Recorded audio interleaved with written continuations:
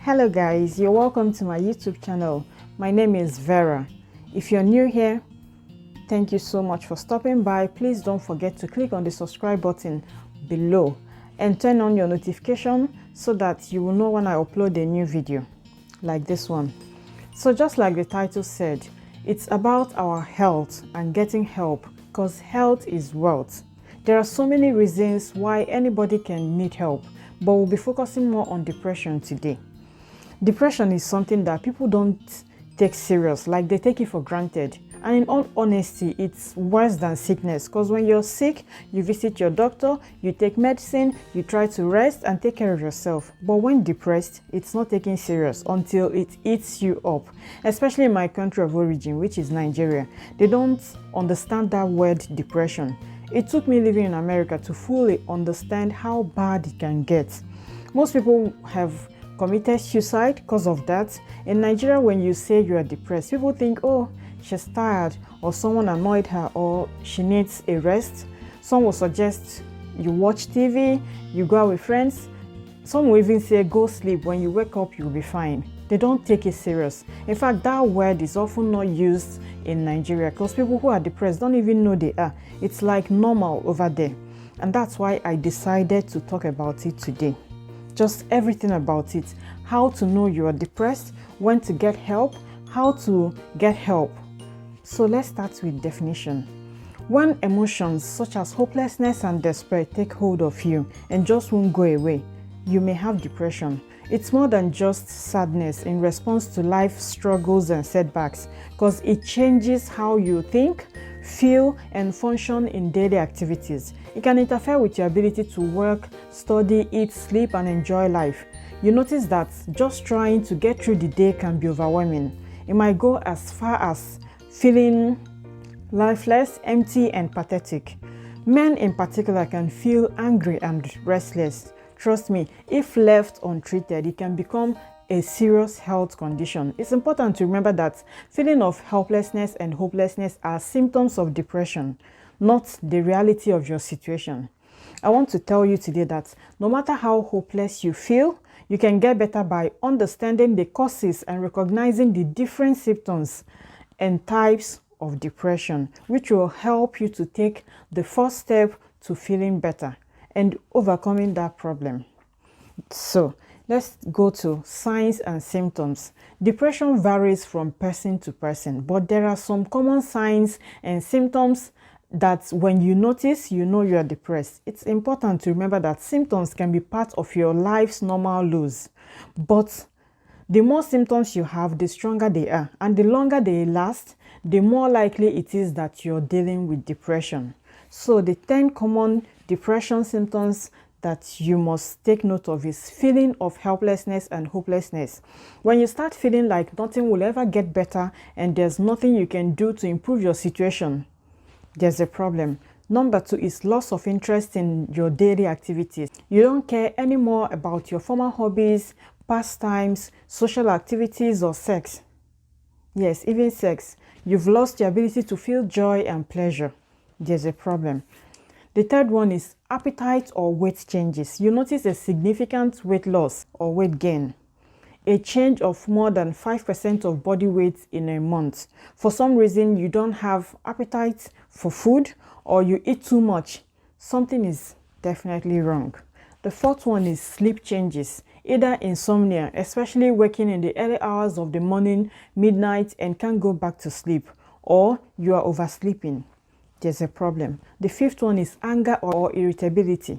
Feeling agitated, restless, or even violent. You become a difficult person. Your tolerance level is low, your temper short, and everything and everyone gets on your nerve. It's a problem. Loss of energy. That's the sixth one. Loss of energy. Feeling fatigued, sluggish, and physically drained. Always tired even without doing anything. Your whole body may feel heavy, and even small tasks are exhausting or take longer to complete. It's a cause for alarm. Then the seventh one is self-loathing. Strong feelings of worthlessness or guilt. You harshly criticize yourself for perceived faults and mistakes. is a common sign too. The eighth one is reckless behavior. You engage in escapist behaviors such as substance abuse, compulsive gambling, reckless driving, or dangerous sports.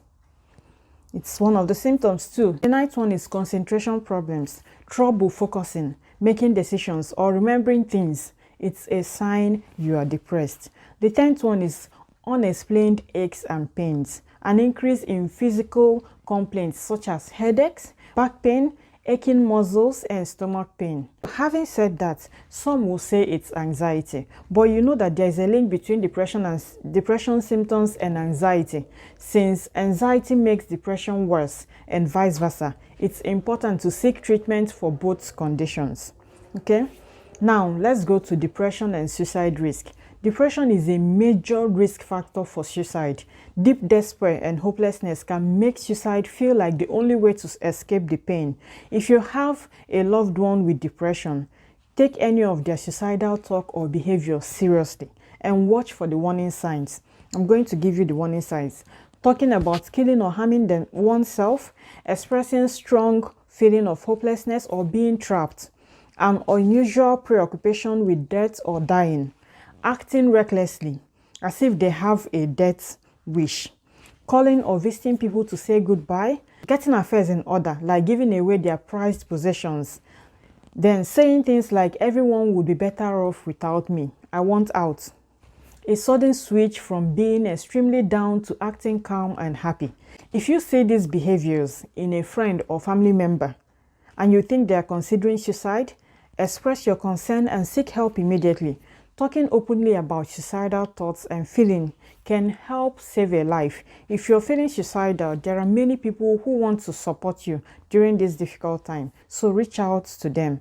On my screen now, you will see a helpline to call. That's for people who are in USA, but in Nigeria, just talk to a therapist or family members, who really care. So now let's get to the causes and risk factors. Depression is caused by a combination of biological, psychological, and social factors that can vary widely from one person to another.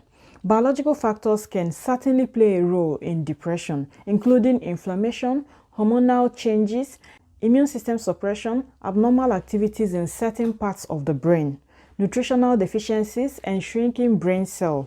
But psychological and social factors such as past trauma, substance abuse, loneliness, low self-esteem, and lifestyle choices can also play an enormous part in depression. It can also be a combination of the three. For example, if you went through a divorce and you were diagnosed with a serious medical condition or lost your job, the stress could prompt you to start drinking more, which in turn could cause you to withdraw from family and friends. Those factors combined could trigger depression, and understanding the underlying causes of your depression will help you to end it. For instance, if you're depressed because of a dead-end job, the best treatment might be finding a more satisfying career rather than simply taking an antidepressant. If you are new to an area and feeling lonely and sad, finding new friends will probably give you more of mood boost than going to therapy. In such cases, the depression is remedied by changing the situation. Okay, but whether you're able to isolate the causes or not, the most important thing is to recognize that you have a problem. Reach out for support and pursue the coping strategies that can help you to feel better. Which will take us to what can you do to feel better? When you're depressed, it can feel like there's no light at the end of the tunnel. But there are many things you can do to lift and stabilize your mood. The key is to start with a few small goals and slowly build from there. Trying to do a little more each day. Feeling better takes time, but you can get there by making positive choices for yourself. Reach out to other people. Isolation worsens depression, so reach out to friends and loved ones. Even if you feel like being alone or don't want to be a burden to others, the simple act of talking to someone face to face about how you feel can be an enormous help. The person you talk to doesn't have to be able to fix you. They just need to be a good listener. Someone who listens attentively without being distracted or judging you. Get moving. When you're depressed, just Getting out of bed can seem daunting, let alone exercising, but regular exercising can be as effective as antidepressant medication in countering the symptoms of depression. Take a short walk or put some music on and dance around. Dance! Start with small activities and build up from there. Eat a mood-boosting diet. Reduce your intake of food that can adversely affect your mood, such as caffeine, alcohol, trans fats, sugar, and refined carbs. And increase mood-enhancing nutrients such as omega-3 fatty acid. Find ways to engage again with the world. Spend some time in nature. Care for a pet, volunteer, pick up a hobby you used to enjoy, or take up a new one. You won't feel like it at first, but as you participate in the world again, you will start to feel better. But if support from family and friends and positive lifestyle changes aren't enough, it may be time to seek help from a mental health professional. There are many effective treatments for depression, including therapy. Consulting a therapist can provide you tools to treat depression from a variety of angles and motivate you to take the action necessary. Therapy can also offer you the skills and insights to prevent the problem from coming back. Medication may be imperative if you're feeling suicidal or violent, but while it can help relieve symptoms of depression in some people, it isn't a cure and is not usually a long-term solution. It also comes with side effects and other drawbacks, so it's important to learn all the facts to make the right decision. Thank you all so much for watching. I hope that you learned something today. Please go ahead and click the subscribe button. Give me a thumbs up and share this video. You might be saving a soul. Please take care of yourself, show kindness anywhere you are, and I'll see you all soon. Bye.